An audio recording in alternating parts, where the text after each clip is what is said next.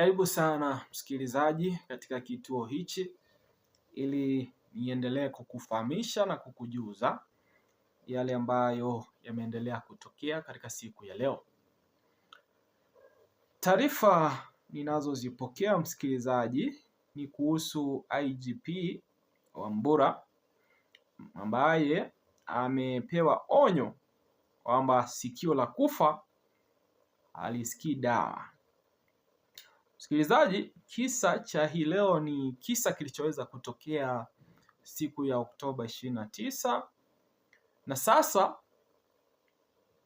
makubwa yanamkumba ama yanamkabili bwana huyu ambaye ni IGP Wambura, na bila shaka imeonekana wazi kuhusika kwake katika mauaji ya Oktoba 29 baada ya kuweza kupeana amri kwa polisi waliotekeleza mauaji kufanya hivyo. Naomba nikupeleke kwenye taarifa hii moja kwa moja msikilizaji, ili tupate kuchambua.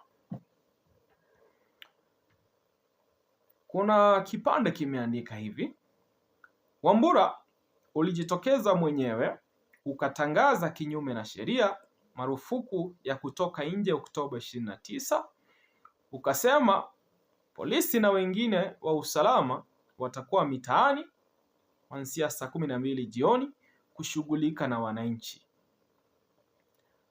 Hawa kwenye picha ambayo nitakuiwekea hapo msikilizaji, hawa kwenye picha mbalimbali ni matukio, ya matukio tumeanza kuwatambua. Wengi wao ni polisi. Mlibeba hadi akina Mzenji na Sumai na genge la Mafuele na mkalazimisha polisi kushiriki. Ulichofanya Wambura ni kunajisi taasisi muhimu kwa kupokea amri haramu kutoka Jezebel, kisha kulazimisha walio chini yako watekeleze amri haramu. Wapo wachache walioamua kukataa amri hii haramu. Leo mnaanza kuwawinda na hivi karibuni umeamua wamalizwe wote, maana umeona ICC inanukia. Sasa kaa ukijua tuna ushahidi na mashahidi, na wewe ni top suspect miongoni mwa top 10. Wewe ndio fall guy wa Samia Suluhu. Maji yakifika shingoni atasema wewe ndio ulitoa amri maiti jae barabarani, na sauti yako ilisikika kwenye walkie-talkie za polisi na usalama. Mafuele tayari na yeye, maana hawa akina Kabazu na Tubak ni watu wake, na nyinyi wa chini mliokubali kutumika na mko kwenye hizi picha mnafuatwa kumalizwa. Wabaki kusema mliamua kwenda kuua na si kwamba mlipewa maelekezo na wakubwa, alafu watasema mmepotea kama mlivyowapoteza mamia. Mjishikilie, you are now on to a bumpy ride. Na mmejitakia wenyewe, tuliwaonya sana. Sasa msikilizaji, taarifa hii inazungumzia afisa huyu ambaye ni IGP kwa jina la Wambura. Imesemekana kwamba Wambura alisikika kwenye walkie-talkie za polisi siku ya Oktoba 29 akipeana maelekezo ya polisi kutekeleza mauaji. Kwa sababu hiyo, sauti yake ndo ilitoa amri kwamba miili ya Watanzania ijazwe barabarani. Na sasa maelekezo yake ndo yalipelekea polisi na wote waliokuwa wakitumika kwa ajili ya kuwaua Watanzania wakayasababisha mauaji zaidi nchini Tanzania. Msikilizaji, hapa kuna baadhi ya polisi ambao wamesemekana kwamba walitumika. hata waliokataa maelekezo hayo haramu wakalazimishwa kuhusika katika kutekeleza mauaji. Msikilizaji, ilivyo kwenye jeshi la polisi, unapopewa maelekezo kutoka kwa mtu ambaye yupo kwa ngazi za juu ama amekuzidi mamlaka ama nafasi ya kuhudumu, unachukua maelekezo anayokupatia na kuyafanyia kazi, jambo ambalo IGP Wambura alitumia kupeana maelekezo wa polisi ya mauaji. Hata waliokataa kuhusika katika shughuli hizo za mauaji walilazimishwa kufanya hivyo. Sasa tatizo linatokea hapa, msikilizaji. Baadhi ya picha zimeweza kutokea.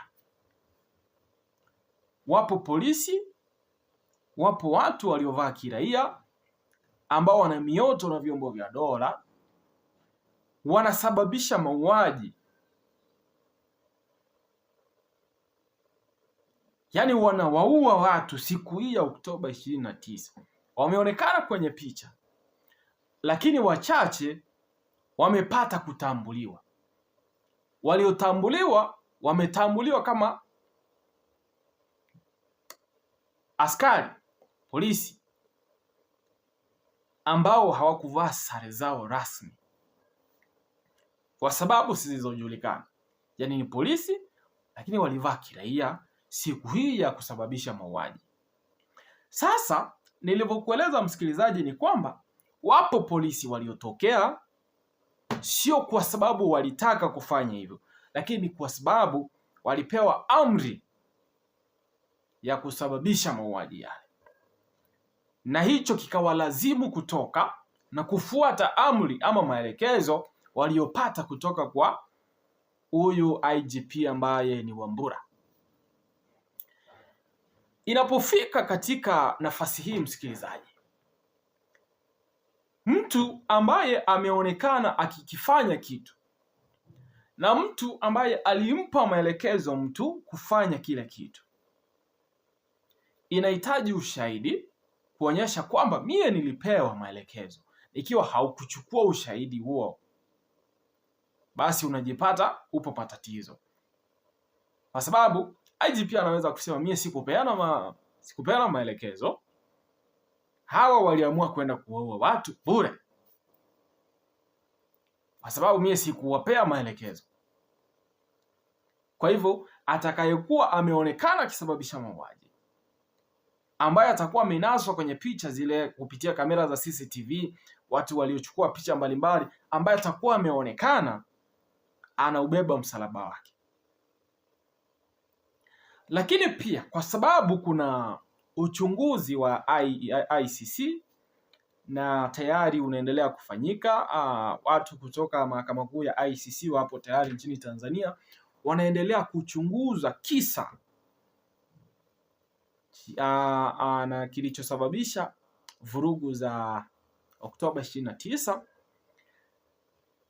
IGP huyu pamoja na alipopata maelekezo yake kutoka, wanafanya kila juhudi kuhakikisha kwamba wanawapoteza polisi wale walioweza kuwatuma kusababisha mauaji, kwa sababu bila shaka watakapokamatwa watasema kwamba sio tulipata maelekezo kutoka kwa afisa huyu.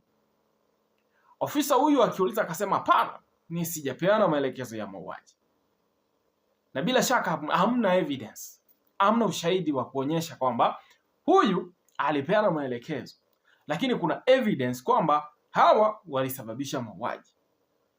Kwa sababu hiyo hawa wanachukuliwa hatua za kisheria, lakini waliowatuma kusababisha mauaji wanabaki salama. Sasa onyo linalotolewa ni kwamba ikiwa wewe ni polisi uliotumika katika kusababisha mauaji ya Oktoba 29 kwa kukubali ama kwa kulazimishwa, kuwa makini, naelewa kwamba kinachokufuata ni kikubwa. Sasa msikilizaji, mtu aliyesababisha mauaji na mtu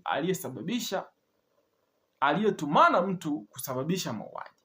Wote hawa wana makosa. Hata hivyo ni kupunguza wahalifu. Hata aliyelazimishwa kusababisha mauaji tayari anajua kwamba kuua sio kitu chema. Msikilizaji, karibu sana katika kituo hichi na kukaribisha uendelee kutufuatilia siku hadi nyingine. Tutakuwa hapa kuhakikisha kwamba unazidi kutaarifika na kupata kuelewa yale ambayo yanaendelea kutokea